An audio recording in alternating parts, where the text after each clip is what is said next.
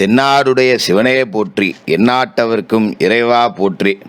நேயர்கள் அனைவருக்கும் வணக்கம். 2024 வருடத்தோட ஜூலை மாதம் பிறக்க போகுது இல்லையா? இப்போ இந்த ஜூலை மாதத்துக்கு உண்டான ராசி பலனை நம்ம முன்கூட்டியே பார்த்துக்கிட்டோம் அப்படின்னா ஜூலை மாதத்தில் இதெல்லாம் செய்யலாம், இதெல்லாம் செய்யக்கூடாது அப்படிங்கிறத நம்ம தெரிஞ்சு வச்சுக்கலாம். அதுக்கு இந்த மாதத்துக்கு உண்டான நவ கிரகங்களோட அமைப்பை நம்ம பார்க்கணும்.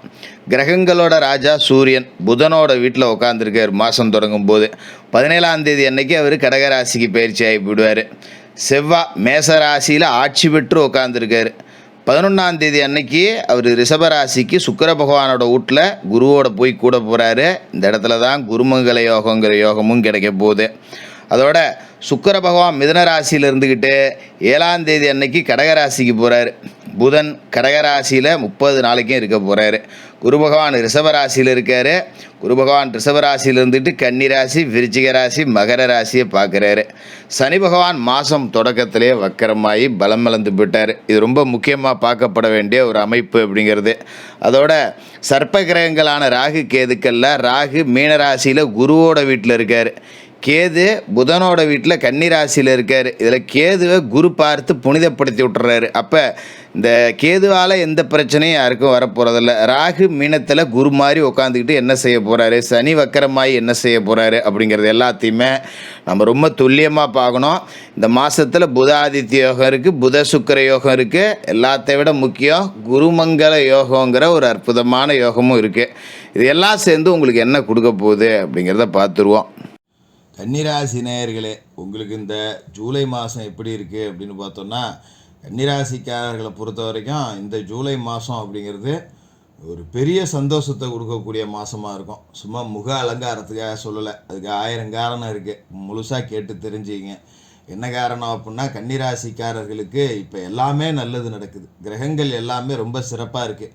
சர்ப்ப கிரகங்கள் மட்டும்தான் சரியில்லை. அதே நேரத்தில் மாச கிரகங்களும் சரி, வருட கிரகங்கள் ராஜ கிரகங்களான சனி குருவும் சரி ரொம்ப அற்புதமான இடத்துல உட்காந்துருக்காங்க. அதோட இந்த மாதத்தில் உங்களுக்கு குருமங்கல யோகம் இருக்குது. அற்புதமான இடத்துல புத ஆதித்ய யோகம், புத சுக்கிர யோகம், இப்படி சகல விதமான யோகங்கள் அப்படிங்கிறதும் இருக்குது.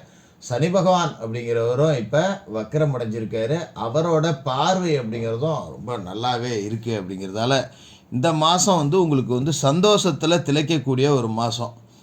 என்ன காரணம் அப்படின்னு பார்த்தீங்கன்னா, மாதம் முழுக்க உங்களோட ராசிக்கு அதிபதியான புதன் கடகராசியில் ராசிக்கு லாபஸ்தானத்தில் இருக்கார். ரொம்ப அற்புதமான ஒரு இடம். அதை பற்றி நீங்கள் பயப்படவே வேண்டியதில்லை. அதாவது புத்திகாரகன் புதன் ராசிக்கு அதிபதி, அவர் லாப வீட்டில் உட்காந்துருக்கார். அப்படிங்கும்போது இதை விட பெருசாக என்ன வேண்டி கிடக்கு? அதாவது உங்களோட சிந்தனை இருக்குது பார்த்தீங்களா, எதை யோசித்தாலும் ரொம்ப சரியாக யோசிக்கும். இந்த நேரத்தில் இதை செய்யணும் அப்படின்னு நீங்கள் யோசிச்சிங்கன்னா அந்த நேரத்தில் அதை செஞ்சால் ரொம்ப சரியாக இருக்கும். இந்த நேரத்தில் இதை செய்யக்கூடாது அப்படின்னு நீங்கள் தடுத்தீங்கன்னா அதை யாருமே செய்யக்கூடாது. அது குடும்ப உறவுகளாக இருந்தாலும் சரி, நண்பர்களாக இருந்தாலும் சரி, இந்த காலகட்டத்தில் நீங்கள் தடுக்கிறதை யாரையும் செய்யணும் அப்படின்னு நினச்சி கூட பார்த்துற வேணான்னு சொல்லுங்கள். ஏன்னா உங்களோட அந்த சிந்தனை அப்படிங்கிறது ரொம்ப தெளிவாகவே இருக்கும். அதனால் கொஞ்சம் புரிஞ்சு நடந்துக்க சொல்லுங்கள். நான் சொன்னால் காரணம் இல்லாமல் சொல்ல மாட்டேன். இதை செய்யாதீங்க அப்படிங்கிறத எடுத்து சொல்லுங்கள் 4 பேர்த்துக்கு. அதுமாரி ஆஃபீஸ்லேயே ஒரு விஷயம், ஒரு முக்கியமான விஷயம் நடக்குதுன்னா, ஒரு மீட்டிங் நடக்குது, இந்த ஒரு விஷயத்தை செய்யணும் அப்படின்னு சொல்கிறாங்கன்னா உங்களுக்கு நல்லாவே தெரியும் இதை செஞ்சால் இது சரி வராதுன்னு. மேலே உள்ள அதிகாரிகள்கிட்ட நீங்கள் எடுத்து முதல்ல சொல்லிடுங்க. அதை மீறி அவங்க செஞ்சால் செஞ்சுட்டு போட்டோம், அப்புறமேட்டு உங்களை பற்றி அவங்க உணர்வாங்க. பரவாயில்லையா, அந்த பையன் அன்றைக்கே சொன்னான், நம்ம தான் கேட்க மாட்டேன்ட்டோம், அவன் சொன்னது தான் சரி போல இருக்கே அப்படின்னு உங்களுக்கு ஒரு நல்ல பெயர் அப்படிங்கிறதும் கிடைக்கும். அதேமாதிரி சூரிய பகவான் உங்களோட ராசிக்கு தொழில் ஸ்தானத்தில் இருக்கார். 17ஆம் தேதிக்கு மேலே அவரும் லாப வீட்டுக்கு வர போகிறாரு. அதாவது அரசு வழியில் தொழிலுக்கு ஏதாவது உதவி கேட்டிருந்தீங்கன்னா தாராளமாக இந்த மாதத்தில் நீங்கள் கேட்டு வாங்கிக்கலாம். அரசாங்கத்துக்கிட்ட ஒரு லோன் கேட்டிருக்கேன், ஒரு சிறு தொழில் லோன் ஒன்று கேட்டிருக்கேன், அரசுக்கிட்ட ஒரு மானியம் கேட்டிருக்கேன், இந்த மாதிரியான முயற்சிகள் ஏதாவது இருந்ததுன்னா தாராளமாக கேளுங்க. இந்த மாதம் உடனே கிடைக்கும். 17ஆம் தேதிக்கு மேலே அவர் லாப வீட்டுக்கே இன்னும் சிறப்பாகவே செய்வார். அதுமாரி சுக்கிர பகவானும் தொழில் ஸ்தானத்தில் இருக்கார். ஆடு மாடு வச்சுருக்கவங்களாம் பட்டி பெருகிறத கண்ணு முன்னாடி பார்க்கலாம். ஏன்னா சுக்கிரன் அப்படின்னாலே பால். ஆடு வச்சுருக்கவங்க, மாடு வச்சுருக்கவங்க, கால்நடை வளர்ப்பு, மற்ற தொழில் செய்யக்கூடியவங்க எல்லாத்துக்குமே இந்த மாதம் நல்லாயிருக்கும். அதேமாரி ராசிக்கு 9ஆவது வீட்டில் குரு பகவான் இருக்கார். இதை மறந்துடவே கூடாது. 9ஆம் வீட்டில் குரு, ஓடுனவனுக்கு 9ல் குரு அப்படிம்பாங்க இல்லையா? அற்புதமான ஒரு வீட்டில் குரு பகவான் இருக்கார். செவ்வாய் அட்டமத்தில் இருந்தாலும் வெறும் 11 நாளைக்கு தான் இருக்கார். அதனால் அதை பற்றி நம்ம கவலைப்பட வேண்டியதில்லை. இந்த 11 நாளைக்கு நம்ம என்ன செய்யணும் அப்படின்னா, நிலப்புலம் சம்மந்தப்பட்ட எந்த விஷயமும் செய்யக்கூடாது. நிலத்தை தோண்டி எந்த வேலையும் செய்யக்கூடாது. ஒரு வீடு கட்ட அஸ்திவாரம் பறிக்கிறேன், இல்லை கட்டின வீட்டை மராமத்து பணி ஒன்று செய்யலான்னு இருக்கேன், இல்லை விவசாயத்தில் புது முயற்சி எடுக்கிறேன், இதெல்லாம் ஒரு 11 தேதி வரைக்கும் தள்ளி போட்டிருக்கேன். 11ஆம் தேதிக்கு பிறகு செவ்வாய் எங்கே வராரு? ரிஷபராசிக்கு வராரு. அசுர குருவோட வீட்டுக்கு தேவகுரு இருக்கிறாரு, அங்கே செவ்வாய் வராரு. இப்போ குருவோட சேர்ந்துக்கிட்டு மங்கள யோகத்தை உருவாக்குறாரு, குருவை மங்களப்படுத்திடுறாரு. குரு அற்புதமான 9ஆவது வீட்டில் உட்காந்துருக்காரு இல்லையா? அப்போ புது வண்டி வாகனம் கிடைக்கக்கூடிய யோகம் அப்படிங்கிறது இருக்குது. இந்த குருமங்கல யோகம் அப்படிங்கிறதால 9ஆம் இடத்துல இந்த குருமங்கல யோகம் வரும்போது அப்பாவுக்கு ஒரு மிகப்பெரிய நன்மை அப்படிங்கிறது நடக்கும். அப்பா வழி சொத்து ஏதாவது வழக்கில் மாட்டிக்கிட்டு இருந்தால் அது வழக்கு உங்கள் பக்கம் ஜெயிச்சு சொத்து கைக்கு வரும், பெரிய சந்தோஷத்தை கொடுக்கும். அதுமாரி உங்களோட தந்தையாருக்கு சில விஷயங்கள் வாழ்க்கையில் உறுத்தலாகவே இருந்திருக்கும், அது எல்லாமே இப்போ சரியாயிடும். இப்போ ஒரு பிள்ளைக்கு இல்லை உங்களுக்கே கல்யாணம் ஆகலை அப்படின்னு வருத்தமாக இருக்கும், இல்லை உங்களோட சகோதர சகோதரிகள் யாருக்காவது பொண்ணு அமையல மாப்பிள்ளை அமையல, இதை முடிச்சிட்டாலே நான் கொஞ்சம் சந்தோஷமாக இருப்பேன், இல்லை ஒரு மௌனுக்கு பேர பிள்ளை இல்லை, இந்த மாதிரியான ஒரு மன உறுத்தல் இருந்ததுன்னு வச்சிங்களேன், அது சரியாயிடும். திருமணமாகாத உங்கள் சகோதர சகோதரிகளுக்கு நல்ல வரன் அமையும். புள்ள பாக்கியம் இல்லாத உங்கள் சகோதர சகோதரிகள் யாராவது இருந்தால் அவங்களுக்கு குழந்தை பாக்கியம் இப்போ கிடைக்கும். இப்படி சந்தோஷப்படக்கூடிய சம்பவங்கள், மனமகிழக்கூடிய சம்பவங்கள் அப்படிங்கிறது வீட்டில் நிறையா நிகழும். இந்த குருமங்கல யோகம், குரு இப்போ மங்களம் அடைஞ்சிருக்காரு இல்லையா, அப்படியே உங்களோட ராசியை பார்க்குறாரு. கன்னி ராசிக்கு அற்புதமான ஒரு பார்வை அப்படிங்கிறத குரு கொடுக்குறாரு. அப்போ ரொம்ப சிறப்பு. ராசியில் இருக்கிற கேது அவர் பார்த்துடுறாரு. அப்போ கேதுவோட சாரம் அப்படிங்கிறது குறைஞ்சி போகுது.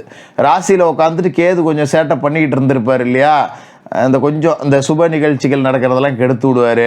அதுமாரி சொந்த பந்தத்துலேயும் பார்த்தீங்கன்னா நிறைய துக்க நிகழ்வுகள் நடந்திருக்கும், அதையெல்லாம் இனிமேல் சுத்தமாக இருக்காது. இனிமேல் நல்ல சம்பவங்கள் மட்டும்தான் அவங்கள சுற்றி நடக்கும். குரு ராசியை பார்த்து புனிதப்படுத்தி சகல விதமான தோஷத்தையும் முறியடித்து கேதுவையும் கட்டுப்படுத்தி வச்சிடுறாரு. அதுவும் மங்களம் பெற்ற குரு அவர் இப்போ. அதனால் உங்களை சுற்றி நல்லது மட்டுமே நடக்கும், நல்ல செய்திகள் மட்டுமே உங்கள் காதுக்கு வரும். ஆஃபீஸுக்கு போனோம்னா சம்பள உயர்வு, ஊதிய உயர்வு இப்படி காதுக்கு வரும். சொந்த தொழில் செஞ்சுருக்கோன்னா 10 ரூபா லாபம் கூட கிடைச்சிருக்கு அப்படிங்கிற செய்தி நமக்கு வரும். ஒரு கொள்முதல் பண்ண போனோம்னா மற்றவனை விட 10 ரூபா நம்ம கம்மியாக கொள்முதல் பண்ணிட்டு வரோம். இந்த மாதிரியான சுப செய்திகளை மட்டுமே நாம் கேட்டு சந்தோஷப்படக்கூடிய ஒரு காலகட்டம். இதே நேரத்தில் ராசிக்கு ருணரோக சத்துருஸ்தானத்தில் சனி பகவான் இருக்கார். அதாவது எதிராளிகள் எல்லாம் முறியடிக்கிற வேலையை சனி பார்த்துக்குவார். கடன், நோய், பகை, எதிரி இது எதையுமே நாம் சீண்ட வேண்டியதில்லை. வந்த வழி தெரியாமல் தானாகவே ஓடி போயிடும்.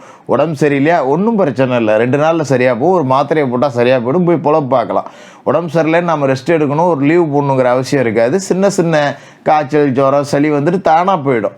அதுமாரி குடும்ப உறவுக்குள்ளேயும் உடல் ஆரோக்கியம் நல்லாயிருக்கும்.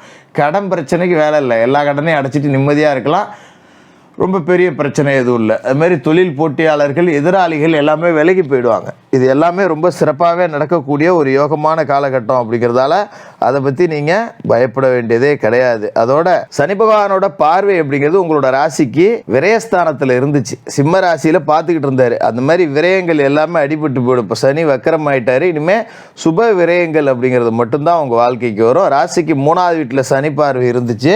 அண்ணன் தம்பிக்குள்ளே இருந்த சின்ன சின்ன தகராறுகள் எல்லாமே இப்போ சனி வக்கரம் ஆகிட்டதால சரியாயிடும். அண்ணன் தம்பியும் ஒத்துமையாக இருப்பீங்க. அதனால் நீங்கள் எதை பற்றியும் கவலைப்பட வேண்டியதே கிடையாது. அது மாதிரி ராசிக்கு 8ஆவது வீட்டில் இந்த சனி பகவானோட பார்வை இருந்ததால் அஷ்டமத்தில் இருந்தது, அவரோட பார்வை மேச ராசியிலே இருந்துச்சுங்கிறதால கொஞ்சம் நமக்கு எதையாவது குழப்பத்தை வச்சுக்கிட்டு நிம்மதி இல்லாத ஒரு தூக்கத்தை தூங்கிக்கிட்டு இருந்திருப்போம். அதையும் சனி பகவான் இப்போ தடுத்து நிறுத்திக்குவார். அதனால் இனிமேல் எல்லாமே யோகம்தான். கலத்திரத்தில் இருக்கிற ராகுவுக்கு மட்டும் பரிகாரம் பண்ணிக்கணும். செவ்வாய்க்கிழமை ராகு கால நேரத்தில் துர்க்கையம்மனுக்கு ஒரு விளக்கு போட்டுட்டு, சாலையோரத்தில் வசிக்கக்கூடியவர்கள், வீடற்ற ஏழைகள், இவங்களுக்கு உங்களால் முடிஞ்ச அன்னதானம், இல்லை உடை வாங்கி கொடுக்கலாம், இல்லை காலில் போட்டுக்கிறதுக்கு செருப்பு, போத்திக்கிறதுக்கு ஒரு போர்வை, இந்த மாதிரி ஏதாவது ஒரு உதவிகள் அப்படிங்கிறத செஞ்சுட்டு வாங்க. இந்த மாதத்தில் ஒரு நாள் குலதெய்வ ஆலயம் போய் குலதெய்வத்தை மனசார வணங்கிட்டு அன்றைக்கி ஒரு 9 ஏழைகளுக்கு அன்னதானம் பண்ணுங்கள். ரொம்ப சிறப்பாக இந்த ஜூலை மாதம் இருக்கும்.